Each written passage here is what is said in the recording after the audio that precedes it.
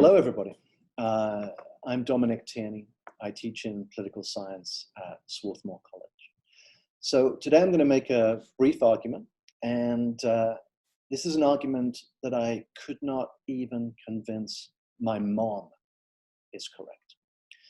So let's see if I have better luck with you guys. And it is widely assumed that the coronavirus is going to define the coming era of politics and society in America. Bill Gates said that nobody who lived through this pandemic is ever going to forget it. The Surgeon General said it's our Pearl Harbor moment. And I think that coronavirus will surely be the dominant issue in American politics, at least through the election. But let's think forward 2, 3, 5 years, when hopefully there's a vaccine, the storm has abated. And I think at that point, coronavirus will be forgotten with extraordinary speed. Now let's just compare for a second 9/11 with coronavirus.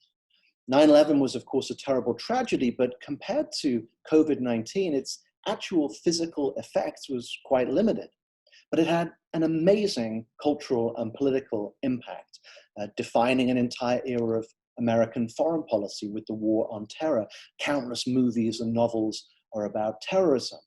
Well, coronavirus, I think, will be the opposite.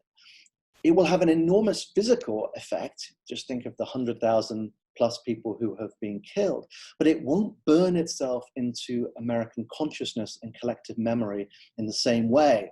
It's not going to define an era of foreign policy. There won't be movies and novels about coronavirus to anything like the same extent. Instead, collective amnesia may descend in America, and the pandemic could end up feeling like a strange dream. The first reason for this is that after the worst is over, people are just going to want to think about anything other than coronavirus. There will be pandemic fatigue. There will be a kind of post-traumatic stress disorder. People will prefer to stifle painful memories. Furthermore, unlike terrorist attacks or war, the coronavirus doesn't really lend itself to storytelling, which is critical for collective memory. There's no human adversary to demonize. There's no clashing armies. It's not easy to write a best-selling thriller about face masks and Zoom. We've already seen the movie, and it's called Contagion. Stories often need markers and dates. 9/11 is literally a date, and it's chiseled into our memory. But the pandemic warps our sense of time. Occasionally, I'm not even sure what day it is. And if it feels foggy now, imagine how we're going to think in a few years looking back. Storytelling also benefits from shared experiences. We all remember where we were on 9/11, but there's no common understanding of COVID-19.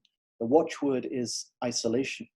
So in the coming years, new stories will emerge, new challenges will emerge, bombings, battles, massacres. They'll be vivid, they'll be violent, there'll be bad guys, there'll be dates and markers. They will feel more shared, and they will push the coronavirus off the front pages. And then the last reason is that coronavirus is something that conservatives in particular will want to forget. For the political right, COVID-19 is the stuff of nightmares. It's a killer, and the solution is big government and regulation. And they will just want to turn the page on the whole experience. If we look back to the Spanish flu, for instance, after World War I, it killed more Americans than all of America's 20th century wars combined. And then, having traumatized the nation, the Spanish flu largely disappeared from collective memory. One of the best histories of the crisis is called America's Forgotten Pandemic. It's unusual for public health crises to enter our collective memory. It often takes a unique resonance for a particular group. Think about, say, the AIDS crisis for the gay community. So Americans may end up living with the extraordinary consequences of coronavirus, but without really interrogating what happened or dwelling on it. And this could be dangerous, of course, because amnesia means that if we don't reckon with the crisis, we may repeat the same mistakes. Anyway, hopefully my mom has watched this video, and maybe she will now get on board. The take-home message is that people will forget 3 things about coronavirus: how bad it was, how many people died, And I can't remember the third thing. But anyway, stay safe and take care.